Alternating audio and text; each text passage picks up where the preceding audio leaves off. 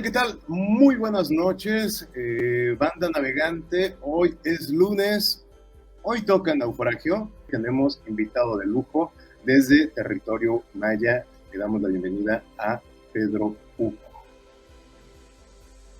Pedro, ¿cómo estás? Muy buenas noches, bienvenido a los naufragios. Hola, buenas noches. Qué gusto compartir contigo este espacio. Muy contento de estar aquí y pues vamos a platicar rico en este momento. Así es, vamos a tener una charla. Hay muchos temas, algunos escabrosos, algunos más amables, pero bueno, como sea, antes que otra cosa, me gustaría que nos ayudaras en contexto para quienes no nos habían sintonizado, quienes no nos habían compartido en esos naufragios. Nosotros siempre hemos hablado y siempre hemos compartido de una premisa. Nosotros creemos que vamos a empezar por el final, nada más en esta sesión, pero siempre terminábamos con esta frase y siempre habíamos estado reflexionando en torno a que el movimiento nace desde el pueblo.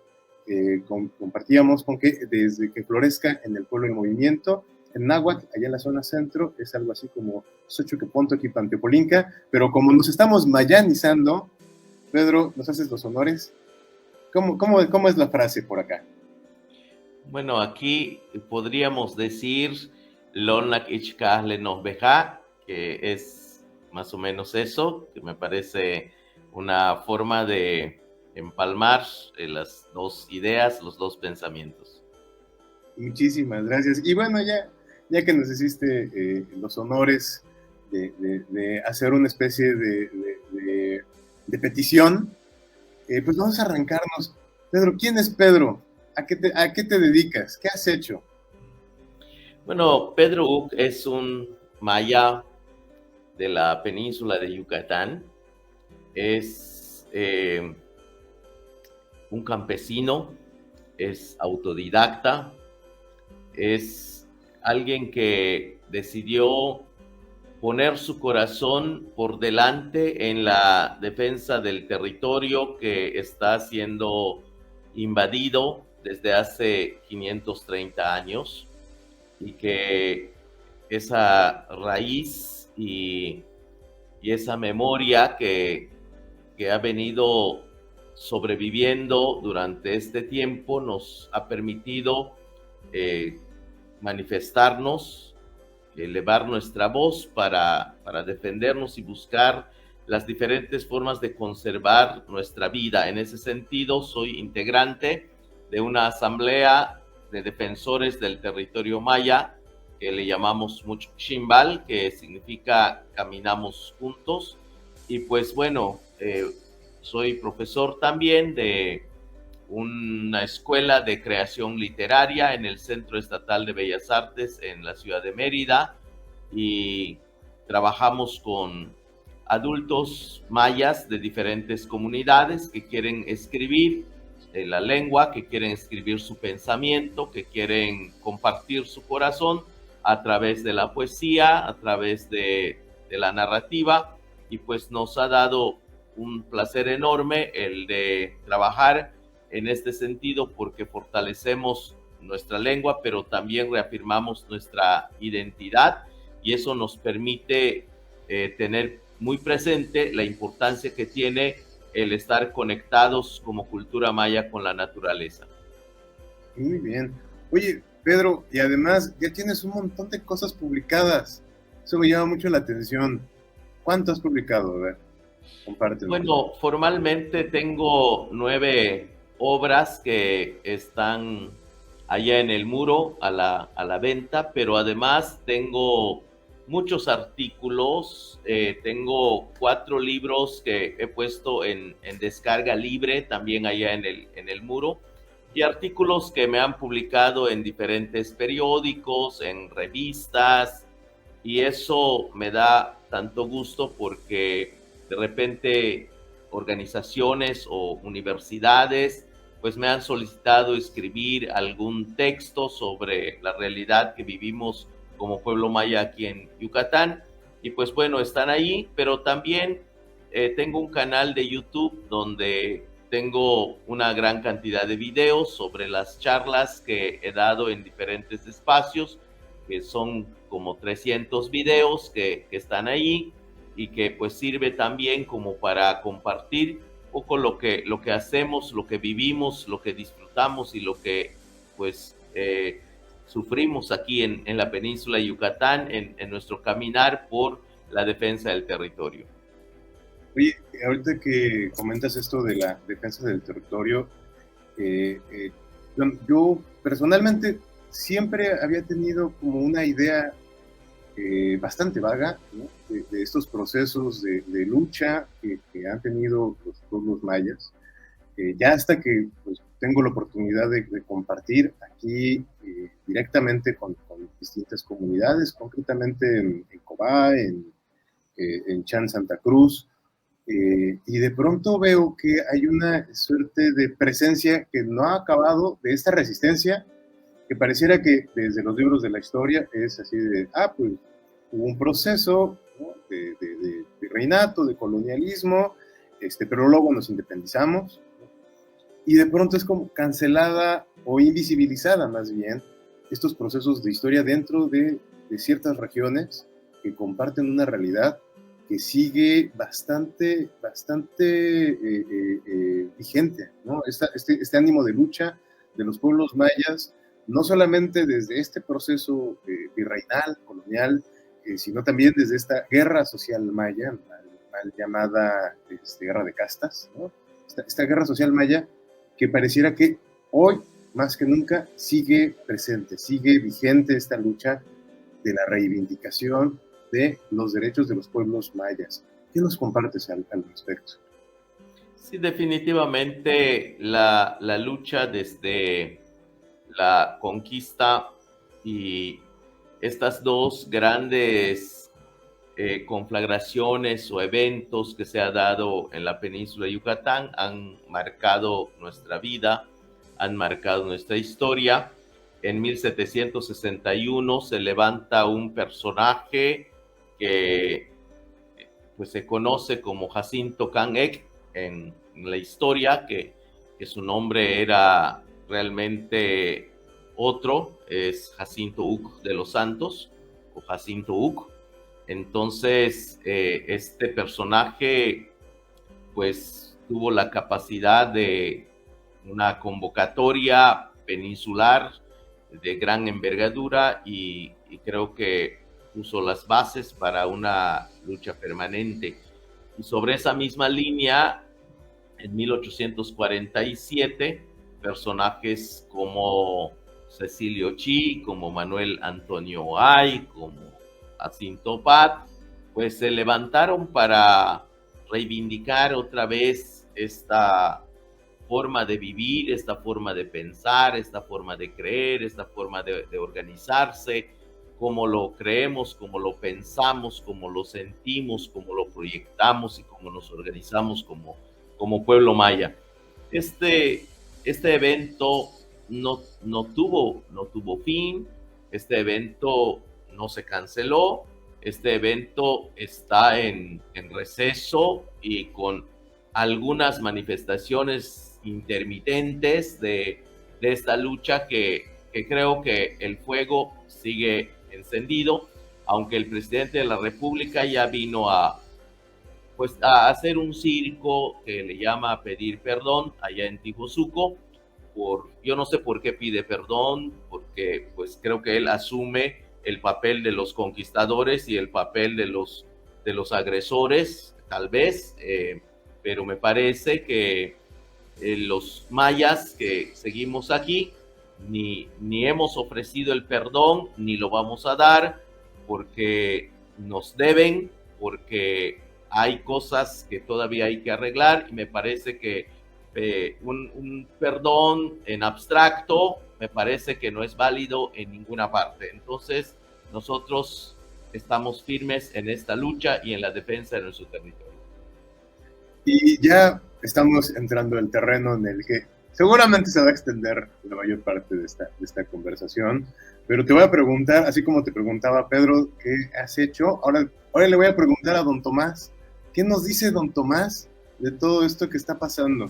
este personaje que a mí me ha llamado mucho la atención, que ya se ha compartido mucho, ya lo veo ahí encabezando tags y varios hashtags y varias cosillas por ahí de que don Tomás anda muy indignado con muchas cosas que están ocurriendo y que están pasando, y creí muy pertinente pasar o partir de un fenómeno de largo aliento, de un proceso que no ha acabado, esta guerra social maya, y sobre todo este asunto de que de pronto pues le ponemos voz a los que alguien ha dicho que no tiene voz, pero pues más bien es una invisibilización constante, ¿no?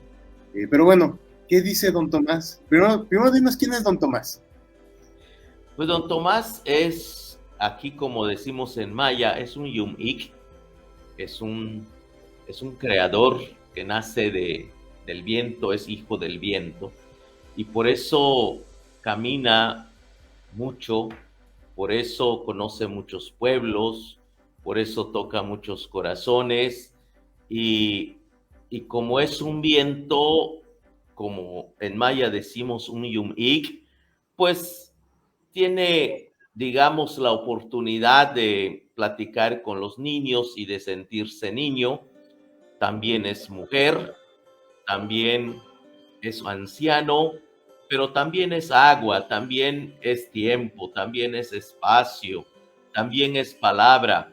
Entonces, don Tomás tiene en su corazón la voluntad de compartirnos esa palabra que recoge, porque para don Tomás los pueblos son milpas y don Tomás recoge las mazorcas en la milpa y las comparte día a día a quienes tenemos hambre y quienes somos de maíz y nos identificamos con esta palabra, que no es necesariamente palabra de él, sino es la palabra de la comunidad maya.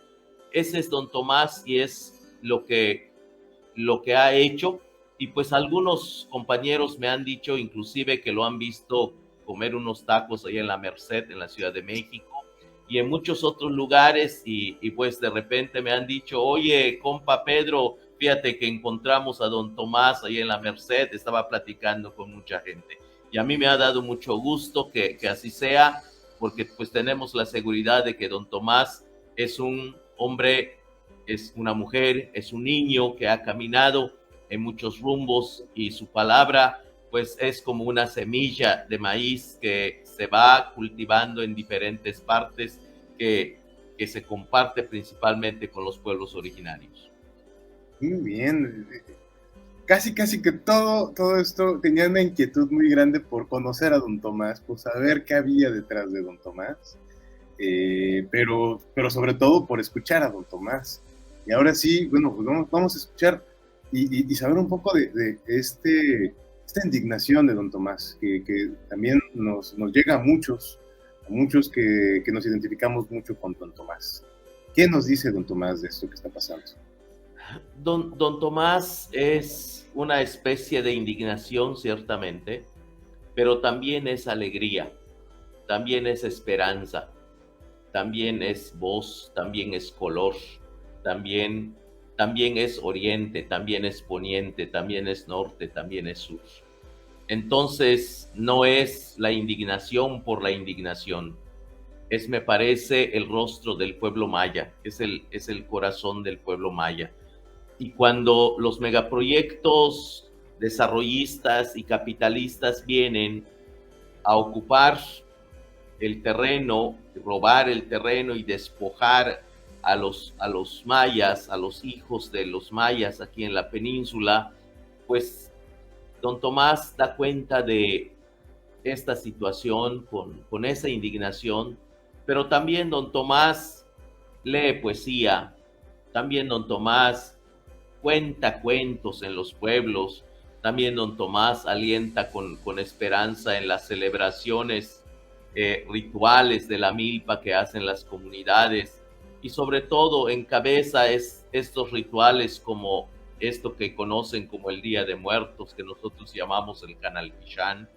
Don Tomás aprovecha compartir su palabra porque creo que la identidad, sobre todo, que cuida don Tomás tiene que ver con esta conexión con la tierra, con la naturaleza, y esa conexión es su vida. Cada pedazo de tierra de nuestro territorio que nos quitan es un brazo que le mutilan a don Tomás, es una pierna que le mutilan a don Tomás, es un pedazo de su aliento, de su ser, y yo creo que eso es lo que le ha traído indignación, pero también le ha traído esperanza, porque todavía hay muchos hombres, hay muchas mujeres, hay muchos niños que estamos pensando en defender nuestro territorio, que estamos poniendo el pecho para defender el territorio. Y nos da tanto gusto porque no solamente la comunidad de hombres y mujeres, también la comunidad de pájaros, también la comunidad de animales, las mismas piedras, el maíz, las mariposas, todos estos como las luciérnagas generan un ambiente de defensa, pero también un ambiente de esperanza. Y eso es lo que cuidamos, y eso es lo que don Tomás plantea como un valor de la cultura maya, que creo que es importante observar, y observar con atención, que lastimosamente Occidente no ha sabido valorar. ¿Tú consideras, o bueno, don Tomás considera que hay una extensión de estas formas, de estas políticas en las que se ha concebido por muchos años a lo indígena? Es decir, que así como lo concebían los frailes franciscanos, dominicos, bueno, aquí más franciscanos, así como ha habido estas, de pronto, políticas de protección y asistencia a los territorios indígenas de hace varios siglos, ¿tú consideras que hay una extensión de este mesianismo en las actuales administraciones? Ni siquiera estamos hablando de esta, de las últimas administraciones. Yo lo que creo es que hay conquistas y colonizaciones enmascaradas. Me parece que lo señalado por don Tomás en este caso es que hay muchos lobos vestidos de ovejas. Las políticas que han administrado este país y también en América Latina, me parece, tiene que ver con una falsedad, tiene que ver con la construcción de una mentira de quienes siempre han abusado de los pueblos originarios y le han llamado de diferentes maneras. Este gobierno que hoy tenemos, en el nombre de la izquierda, construye los megaproyectos más neoliberales que hemos visto en los últimos años. En nombre de la democracia, pues nos quitan nuestras libertades y nuestras formas de vida. Y así como hace 530 años, en el nombre de Dios y del Evangelio, nos arrancaron la tierra y nos pusieron una Biblia entre nuestras manos. Hoy nos ponen una constitución que no sirve para nada y que cambian a cada rato, pero nos cercan con militares, nos presionan, nos persiguen, nos encarcelan, nos amenazan y bueno, nos matan también. Y ahí están las estadísticas y ahí están los números. Entonces me parece que no es solamente una cuestión de discurso, hay una violencia que no ha bajado desde hace más de 500 años y que esa violencia la hemos venido padeciendo, y a día de hoy hemos estado perdiendo una gran cantidad de tierra y nuestra lengua, y curiosamente dicen, pues se está perdiendo la lengua maya. Pues no se pierde la lengua maya, están matando a sus hablantes, que es diferente. Y cuando uno mira las políticas públicas, todas están orientadas a la cuestión electoral y no para reivindicar la vida, por lo menos como nosotros los mayas lo entendemos. Y se ha visto quiénes son los que hemos llevado la peor parte. En ese sentido, creo que don Tomás tiene una palabra fuerte, y no porque la palabra en sí misma sea fuerte, sino porque la realidad es violenta. Y lo único que ha hecho es poner un espejo para mirarnos y descubrir lo grave de esta situación que vivimos a día de hoy. Hay ciertas cosas que de pronto no se alcanzan a percibir desde estas palabras a veces rimbombantes de desarrollo económico, de desarrollo de las comunidades a partir de este tipo de intervenciones sociales y de proyectos que son la punta de lanza del progreso, como si bueno, no como, sino más bien dando por hecho que no existe como civilización o desarrollo en las comunidades que no necesitan otro perfil económico que el que toda su vida han tenido, proyectos que de pronto depositan necesidades donde pues no las había. A mí me queda por ahí una serie, un comentario o varios comentarios que son muy similares. Me tocó verlo en la experiencia de cuando se iba a hacer el aeropuerto en la zona de Texcoco, que todavía se conservan como ciénegas en la parte de Atenco. Y un comentario muy similar también lo escuché aquí, de campesinos en la zona de Cobá, que decían que respectivamente allá en la zona centro, que iba a haber trabajo para la gente del campo, y que aquí también que iba a haber trabajo para las comunidades mayas.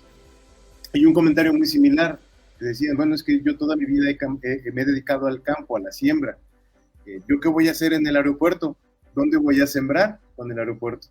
Y aquí fue muy similar, porque no es que yo toda la vida me he dedicado al campo, yo no sé nada de trenes, ¿no?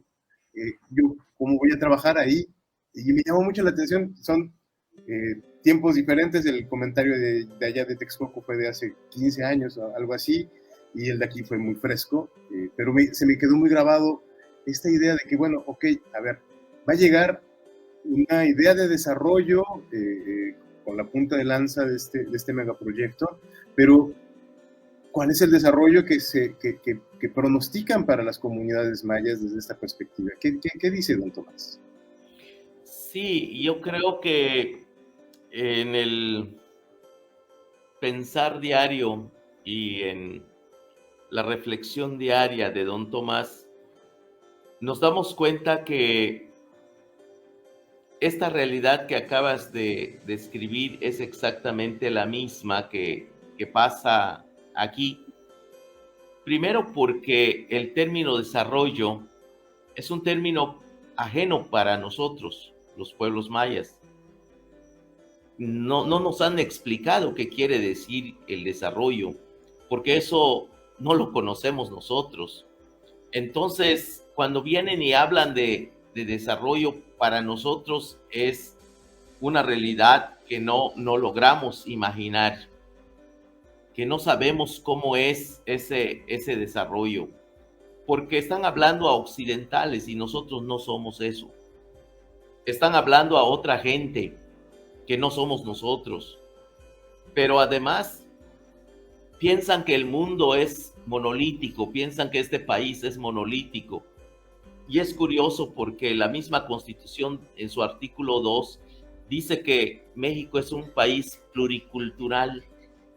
Pero ¿dónde está la aplicación de las políticas públicas desde la perspectiva de lo pluricultural?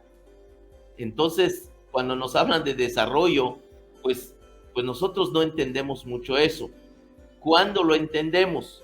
Cuando miramos cómo las empresas que llegan aquí y traen a sus trabajadores porque están sindicalizados y vienen de otro lugar y ocupan estos espacios que están aquí y comienzan a ganar una gran cantidad de dinero cada una de las empresas constructoras del tren, y lo que se queda en la comunidad son la basura, los desechos, la destrucción, la prostitución, la inseguridad, las amenazas, la pérdida de tierra, la pérdida de cosecha, la incapacidad de la gente de rearticularse frente a todo esto, y se vuelve la comunidad un montón de basura. Eso es lo que ha dejado. Entonces decimos, entonces el desarrollo es una cosa mala. El desarrollo no nos conviene. Y además, ¿para qué queremos un tren si nosotros, para empezar, no somos turistas, no tenemos dinero para ir a ocupar un hotel de 5 estrellas allá en Cancún? Luego, tampoco somos productores industriales, no tenemos grandes cantidades de hectáreas de soya transgénica para exportar a China. Entonces, ¿para qué queremos un tren? Y lo que nos han dicho es que vamos a vender nuestras artesanías en las paradas del tren. Creo que nos ven con cara de artesanos a todos y piensan que solamente una cosa hacemos. O tal vez no se preguntan dónde vamos a agarrar el bejuco para hacer nuestra artesanía si ya destruyeron toda la selva.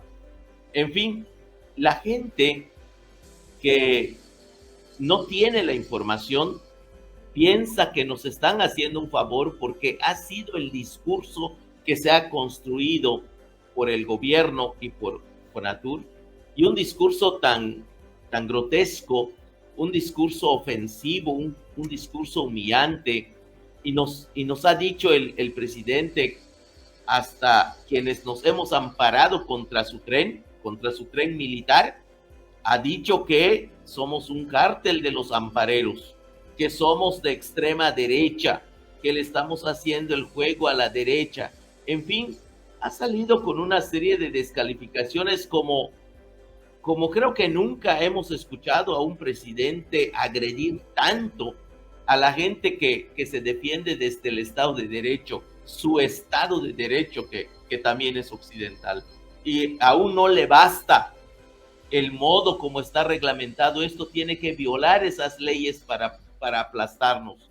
Entonces, este tipo de situaciones nos preocupa mucho. Estamos en un estado de indefensión porque las condiciones de vida que este gobierno y los anteriores han puesto para los pueblos indígenas no son de vida, sino son de muerte.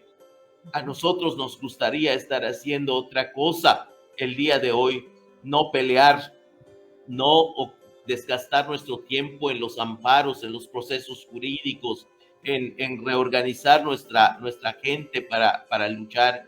Sin embargo, no nos queda de otra, porque las condiciones de sobrevivencia que hemos tenido siempre, hoy cada día son peores. Si antes teníamos dificultad con la corriente, hoy cada rato tenemos más apagones. Si teníamos problema con el agua, hoy está peor. Si tenemos problema con la vivienda, hoy está peor. Antes había un programita allá que llamaban Fonden y te hacían allá una celda como de cárcel. Bueno, hoy quitaron la celda de plano, ya ni eso, ¿no?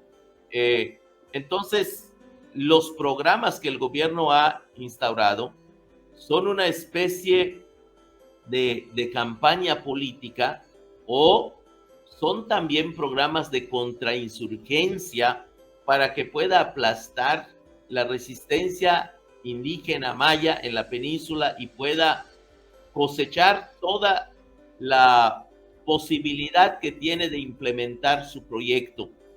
Si en caso de que no lo pueda hacer, bueno, entonces acude a los militares, y hoy ha militarizado su proyecto del tren, decretando que es esta obra de infraestructura de seguridad nacional. Entonces, frente a una situación de esta naturaleza, pues nos sentimos pues preocupados y vemos cómo el Estado de Derecho es un estado de desgracia, es un estado de desolación, y en ese sentido no podemos guardar silencio.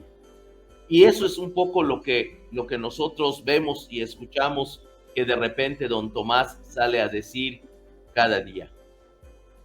Es de pronto encontrarnos con este panorama que no es nada ventajoso de alguna manera, o que nos dé un poquito de esperanza, pero hay detrás de la lucha o de las luchas de los pueblos mayas algo que ha permitido que la llama, que el fuego, que esta dignidad no decaiga.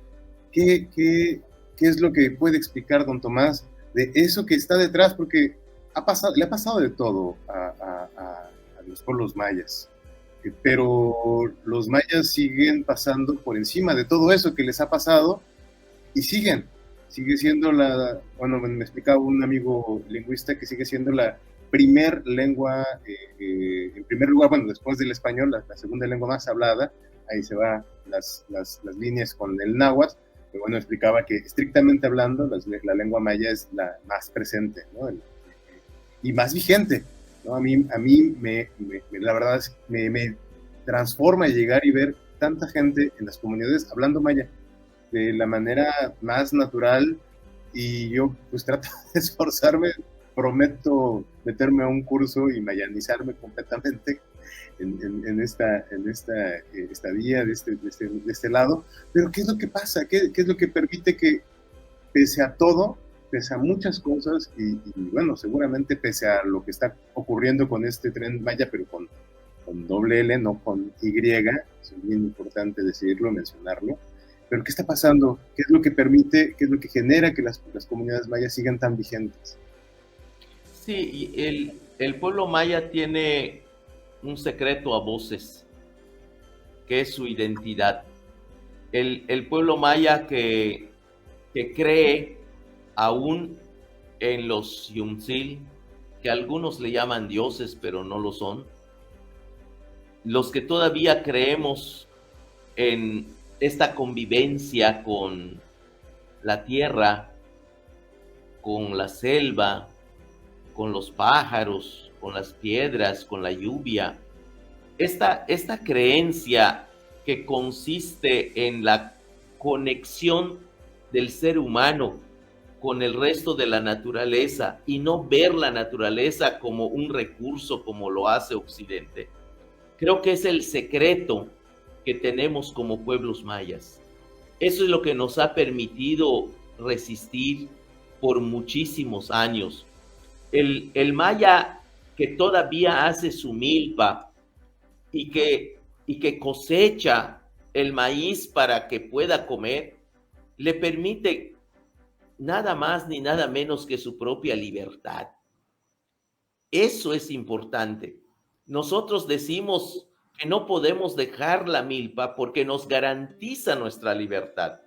De hecho, la palabra milpa en maya se dice col, que significa rescatar, que significa salvar, que significa restaurar, porque hacer la milpa nos redime, nos salva del hambre, pero también nos salva de las garras del patrón que controla la comida. Si nosotros tenemos nuestra propia comida, garantizamos la libertad. Y eso es lo que le tiene mucho miedo el gobierno, y por eso nos quita el territorio. Porque sabe que si no tenemos territorio, ya no tenemos dónde sembrar, ya no tenemos milpa y estamos perdidos. Imagínate sembrar sobre los vagones del tren o sobre las rieles del tren. O sea, no es posible. Por eso va a ser importante que nosotros nos mantengamos en la idea de sembrar la milpa y no sembrar la cizaña que el gobierno le llama sembrando vida, porque eso es otra máscara. El sembrar la milpa y no el programa Sembrando Vida, que es un programa de contrainsurgencia. A nosotros nos queda claro que todo pueblo maya, toda comunidad maya que siembra la milpa tiene la posibilidad de mantener su libertad, de decir con voz fuerte y clara sus exigencias y el reclamo de sus derechos. Y yo creo que es ahí donde está el secreto, que nos podamos sentir conectados a la naturaleza y a nuestro territorio, mantener nuestra identidad. Quienes han perdido la identidad, pues se han ido desde lo que plantea el gobierno al aspecto folclórico, al aspecto político occidental que está basado en la falacia, en la mentira y en el maquiavelismo. Y pues nosotros decimos que no es por ahí, Eso no es nuestro camino. Para que nosotros como pueblo maya podamos seguir sobreviviendo y resistiendo, va a ser fundamental que mantengamos nuestra identidad, nuestras creencias, nuestras celebraciones, nuestra vida comunitaria, nuestra milpa, nuestra lengua maya, que es fundamental. Eso es el secreto. Y si logramos hacer eso, habrán comunidades mayas para rato. Muy bien. Fíjate que ya nos están llegando varios comentarios. Vamos a primero mandar saludos porque hay mucha gente que se está conectando de distintas latitudes.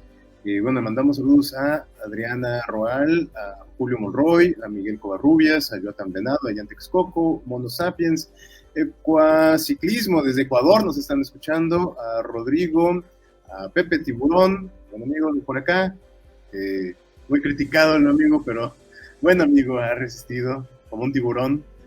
A Camila Luna, hasta Chimalhuacán, May Ortiz, Ali Canul, Héctor Chávez, a la caravana ciclista de la Ciudad de México, a Luna Clo, y también ya por acá hay algunos comentarios de ahorita que estaba compartiéndonos palabra de don Tomás, por aquí. ¿Cómo me da gusto que ver apellidos mayas cuando tenemos sesiones? La verdad es que, no sé, me gusta mucho que esto se inunde, se vaya mayanizando.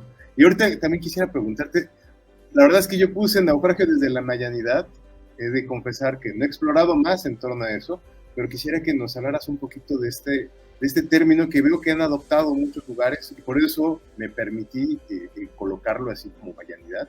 Pero ahorita a ver si don Tomás nos habla un poquito de a qué nos referimos cuando hablamos de mayanidad.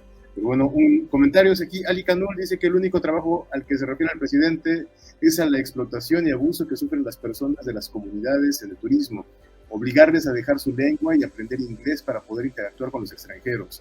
Los únicos beneficiados siempre son los inversionistas, las grandes industrias, que son ellos los que tienen el poder económico. También por acá, también Ali Canul también nos dice, la venta de artesanías no está valorada, el esfuerzo que hacen los artesanos para crear un producto y que al final los mismos extranjeros piden que les baje el precio. Héctor Chávez, como tal el gobierno no le interesa mantener la comunidad o la lengua maya, tratan de desviar la atención de cómo es México en realidad. Bueno, también por aquí varios saludos a don Tomás. ¿Qué más? Con Rubias, van más saludos. Pero bueno, ¿qué dice don Tomás? ¿Qué nos puede decir? Pues la palabra mayanidad creo que es un término que desconocemos también aquí entre los mayas.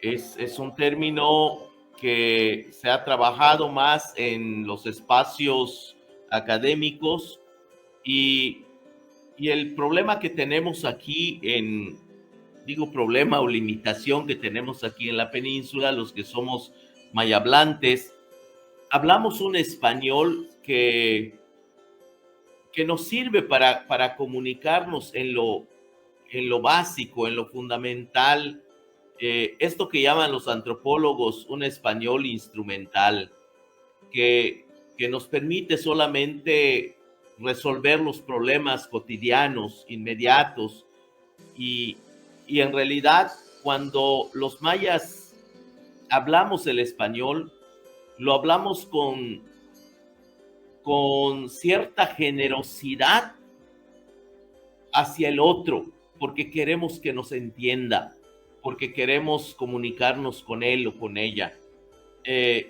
Y claro, también nos interesa mucho entenderlo y entenderla. Es por eso que nuestro idioma está tan trastocado por el español, pero también el español que se habla en Yucatán está muy trastocado por el maya. Y nos hacen burla con eso de que lo busco y no lo busco. Y esto pasa porque lo que nosotros hablamos muchas veces es una traducción literal de lo que decimos en maya. Y pues bueno, suena ridículo en español, pero la intencionalidad es de comunicarse. Y cuando logramos comunicarnos independientemente de que se haya usado correctamente o no el español, pues bueno, nosotros lo que buscamos es justamente eso, poder darnos a entender, poder comunicarnos con el otro, con la otra, y en un espíritu, me parece, de generosidad. Y entonces no nos hemos puesto a hacer un trabajo como debe de ser, en el sentido como lo dice Foucault, sobre esto que le llama la hermenéutica del sentido, donde se hace una arqueología de las palabras, una arqueología del saber. Y creo que también muchos occidentales tampoco hacen eso y tienen un problema grave.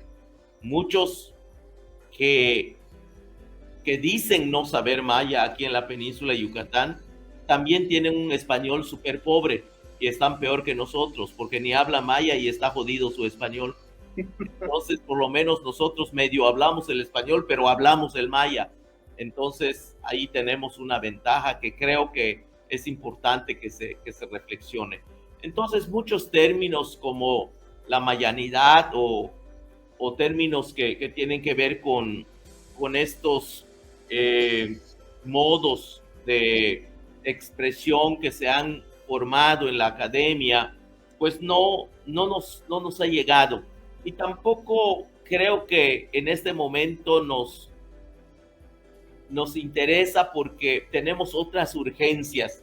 Claro que nos gustaría dedicarnos a estudiar eso, claro que sí, pero las urgencias que tenemos es que nos están quitando la tierra y no nos dan tiempo para estudiar este tipo de cosas y resolver este tipo de cosas. A nosotros nos encantaría estar haciendo música, nos estaría gustando mucho estar escribiendo poesía, literatura, nos gustaría hacer pinturas, pero no nos da tiempo el gobierno, no nos da chance, está quitando nuestra tierra y tenemos que pues estar preparados para cuidar nuestra tierra. ¿Cuánto nos gustaría estar haciendo otra cosa? Y no solamente esas artesanías que ellos creen que para eso nacimos, ridículamente, que además ni son artesanías, sino es arte que no han sabido reconocer. Entonces, es una lucha constante y creo que tenemos muchos retos por delante, y uno de ellos es dejar tiempo para pensarnos, para sabernos, para sentirnos y para poder explicarnos, que hace mucha falta, porque el pensamiento filosófico maya está ahí y creo que todavía no ha sido tocado. Me parece que nos toca trabajar mucho esa parte. Muy bien. Oye, y ahorita que lo mencionaste ahí de paso sobre ciertas burlas fáciles, ¿no? Desde el lenguaje, recordaba por ahí una serie de campañas que se les ocurría hacer estos chistes pues baratos, ¿no? De cómo hablan en distintas comunidades el español, y que no ha hecho más que seguir generando o perpetuando una cantidad de discriminación que lamentablemente ha caracterizado también nuestra historia nacional. Si algo ha sido constante, ha sido estos procesos sistematizados de discriminación. Y me acuerdo también en una sesión, unas conferencias con amigos Comcac, que también se burlaban de un chico que estaba estudiando la maestría, que le costaba mucho trabajo hablar español. Y alguien pues dijo, oigan, pues más respeto para el compañero, él está pensando en dos idiomas, él está, todo lo que está conceptualizando, toda la teoría, la está haciendo al momento en español, pero él está pensando en dos idiomas.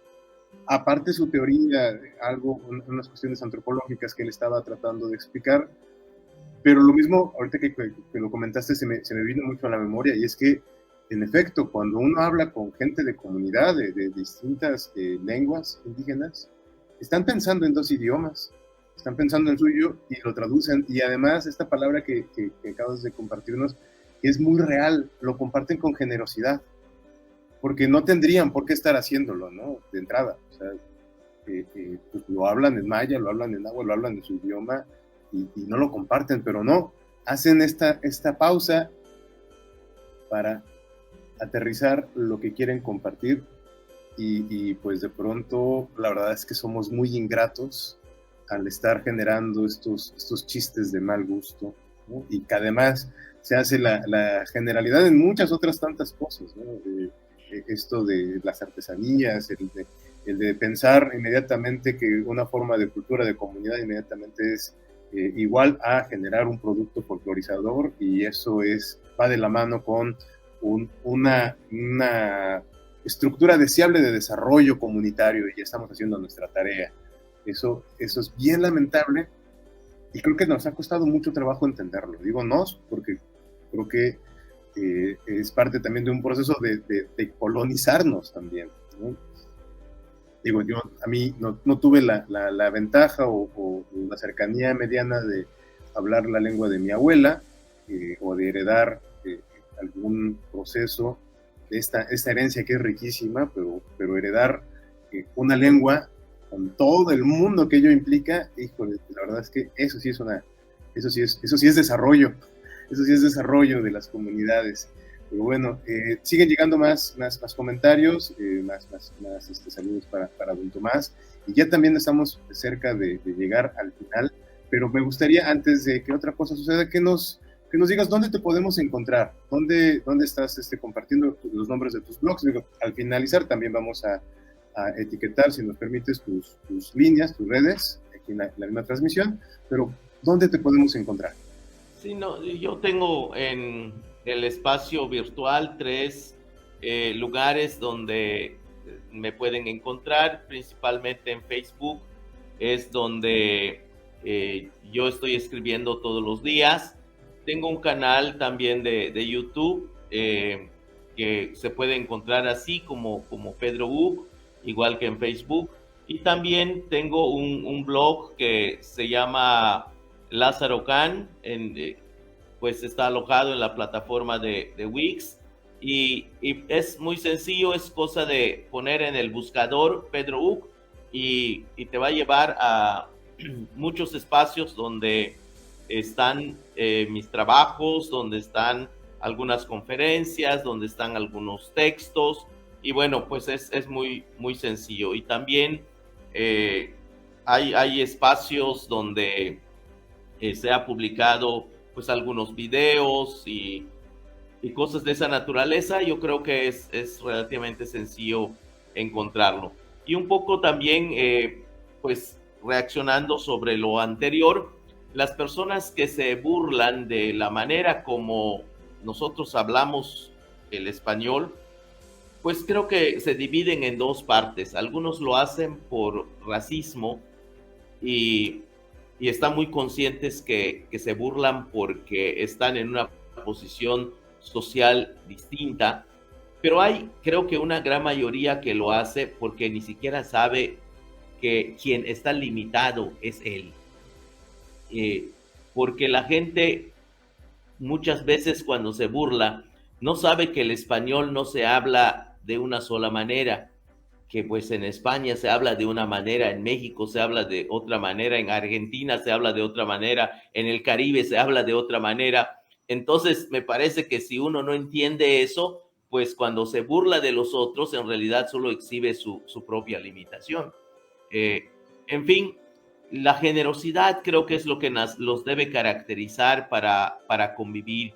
Es importante que nuestro corazón sea generoso.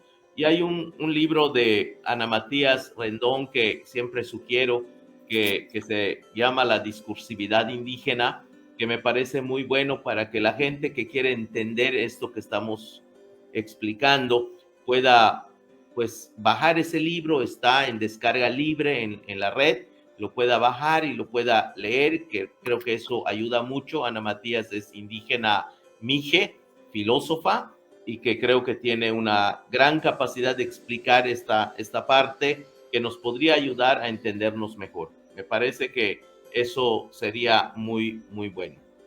Y ahorita que lo comentas, de hecho, bueno, casi que sí que te me adelantaste un poquito, pero justo te iba a preguntar que nos compartieras, ahora sí que, ¿cuáles son tus fuentes? O sea, ¿a quién lees? ¿Qué lee don Tomás? Eso también, la tenía guardada, pero pues ya empezaste a spoilear mi entrevista, así es que, ¿qué lee don Tomás? Cuéntanos. Bueno, creo que la lectura la he dividido en 3 etapas. Por azares de la vida yo hice una primera licenciatura en teología. Estudié teología 5 años y fue mi primera licenciatura. Entonces, pues en ese espacio me enamoré de 4 materias que creo que le dieron horizonte a mi vida: la filosofía, la hermenéutica, la teología bíblica y la homilética. Entonces estas materias pues me dieron un horizonte, y después de muchos años de leer teología de la liberación, sobre todo a gente como Gustavo Gutiérrez, Leonardo Boff, Segundo Galilea, Juan Luis II, Franz Inkelamert, y todos esos hombres que hicieron carrera en teología de la liberación, pues la leí, y después comienzo a leer ensayos políticos, antropológicos, sociológicos, económicos de izquierda, hasta el Capital, aunque nunca lo entendí, y hoy agradezco a Dios que no lo haya yo entendido. Entonces... yo no sé quién lo haya entendido, ¿eh? Sí, lo citan, pero yo no sé. Entonces, pues leí una buena parte de esa literatura, pero hubo un momento en el que me detuve para pensar en qué es lo que me estaba dejando este tipo de textos, y un poco me decepcioné porque, a pesar de la cientificidad que se supone tienen, me di cuenta que no resuelven realmente lo que yo quería para mi pueblo, para mi comunidad. Y yo dije, pues ¿qué voy a leer si esto es lo que hay y no está funcionando? ¿Qué voy a leer? Fue cuando me vuelco a la literatura y me voy entonces a las novelas y al cuento y a la poesía, porque yo dije, pues a lo mejor me ayuda más, porque de entrada yo sé que esto es ficción, no es verdad, y no me voy a decepcionar. Pero pasó algo al revés. Cuando comienzo a leer a José Saramago, que es lo que estaba más cerca a mi camino, el Evangelio según Jesucristo, y luego leo todo Saramago, pues me doy cuenta que aquí está de verdad lo que estaba buscando. Y pasando por los hermanos Karamazov y toda esa literatura clásica, fuerte, grande, y pues bueno, me lleno de alrededor de 2,000 libros que hoy tengo leído desde 1981. Me propuse leer por lo menos un libro al mes hasta el día de hoy. Entonces, lo poco que yo sé, pues ha sido de 2, 3 fuentes. Uno, de la experiencia de caminar con los pueblos, con todas las comunidades. Conozco casi toda la península de Yucatán, he caminado de pueblo en pueblo durante 40 años. Y pues la lectura que pues también he hecho de literatura universal, que me ha servido muchísimo, hasta que llegó el momento de sentarme a escribir algunas cosas, y hoy pues ahí están algunas de las obras que han sido como un esfuerzo para intentar comunicarme, más que la búsqueda de ser un escritor o la de comercializar esta obra. La idea es la de compartir esta palabra, este dolor que creo que se ve en cada una de las líneas de mi trabajo. Si bien hay esperanza, pero creo que se desparrama el dolor en cada una de las líneas, porque es parte de la realidad que nos ha tocado vivir lamentablemente.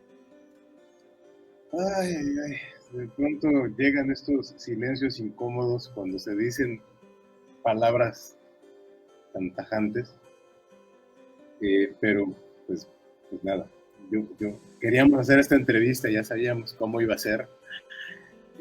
Oye, pero bueno, por último también, esas son las fuentes, lo que te ha marcado en tu formación. ¿A quién recomiendas? ¿Qué recomiendas leer?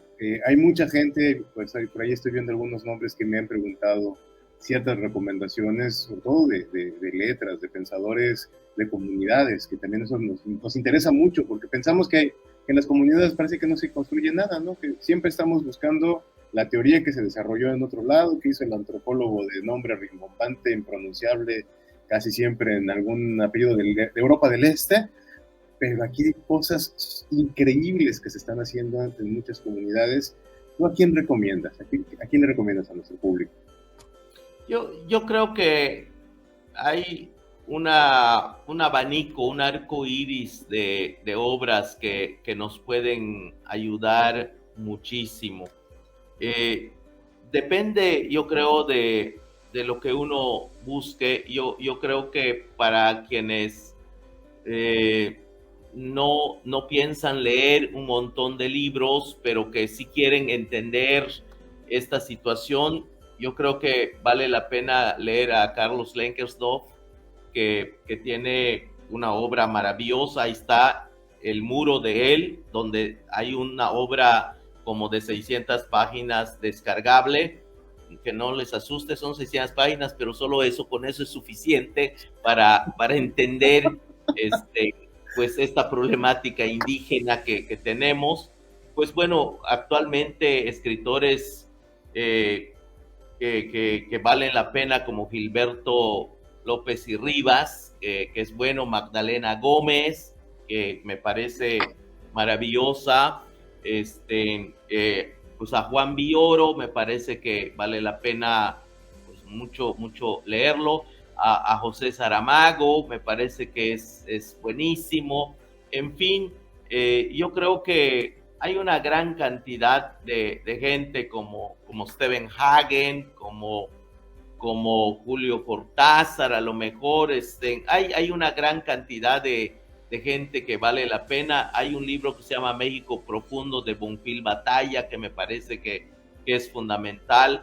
Hay que leer, por ejemplo, a Paulo Freire, me parece que es fundamental. Bueno, hay una gran cantidad de gente que hay que leer, y pues sí es cierto, eso no se logra de la noche a la mañana, pero yo lo que siempre he aconsejado a la gente con quienes pues les gusta platicar conmigo es que la lectura no se puede hacer como hobby, tiene que ser agenda, hay que agendarla. Hay que levantarse un poco más temprano para leer primero y después todas las actividades del día. O tal vez hay que dormir un poco más tarde porque hay que leer primero para que uno pueda dormir en paz. Entonces, a quienes nos gusta la lectura, o leemos amaneciendo o leemos antes de dormir, pero hay que leer esa agenda. No podemos no leer, es imposible. Y es entonces muy importante que esta lectura sea un hábito de todos los días, así como comemos a diario 3 veces o 2 veces por lo menos, pues así la lectura por lo menos una vez al día, 1 hora diaria, a lo mejor no es gran cosa, 1 hora diaria, con eso es suficiente para que uno pueda alimentarse. Pero también conversar mucho con la comunidad, eso es fundamental. No es solamente los libros, hay que conversar con los niños, hay que conversar con la gente, hay que conversar con los vecinos, hay que recorrer los caminos. Creo que ahí hay mucha sabiduría y hay que saber ser respetuosos para recoger esa sabiduría de la gente. Eso es un poco lo que puedo comentar al respecto. Súper importante no perder esa capacidad de leer los pueblos, que no se nos vaya esa bonita tradición de la tradición oral, ¿no? Que antes de la escritura, la tradición oral formó a mucha gente sabia, y a veces nos cuesta trabajo reconocerlo, pero algo que también es muy característico y que a mí me ha dejado también pues muy asombrado, la capacidad de lectura de tiempo que han tenido los mayas, tanto aquellos que construían pirámides como los que ahora construyen con solo mirar al cielo, construyen el paisaje, construyen, saben cuándo se tiene que empezar la siembra y cuándo hay que esperar tantito.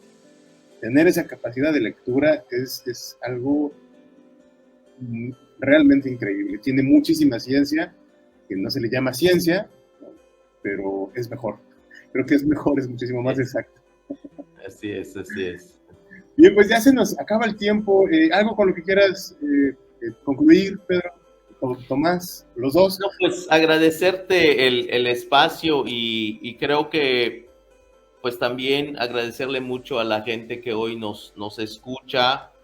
Creo que es importante que esta palabra de los que estamos abajo se pueda también escuchar. Es triste cuando solamente lo que se dice en la mañanera es la que tenemos que creer, como cuando vamos a misa, solo lo que dice el cura es lo que hay que creer. Me parece que eso es muy triste. Entonces, el pontificar tanto en la iglesia como en el púlpito del Palacio de Gobierno me parece que no es lo mejor. Tendríamos que escucharnos, tenemos que creernos, tenemos que abrazarnos y bueno, como dicen los hermanos de Chiapas, hay que buscarnos, hay que encontrarnos y juntos brincar cercos. Eso es la cuestión. Muchísimas gracias, don Tomás, Pedro.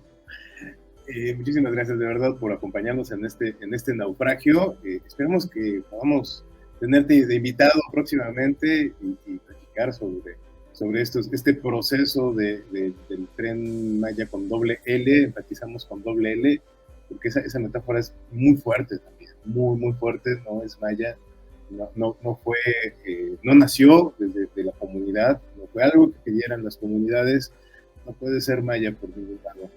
Bueno, sí, pero con doble L. Hay que leer más, como dicen estos comerciales de Gandhi, hay que leer para que no creas que un megaproyecto trae desarrollo.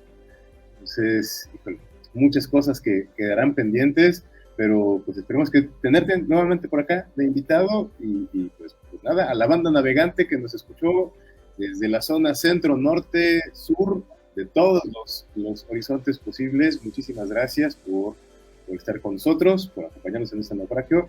Muy buenas noches. Lolnak Ishkah Le Nojteja. Oye, Le intenté. muchas gracias. Muchísimas gracias.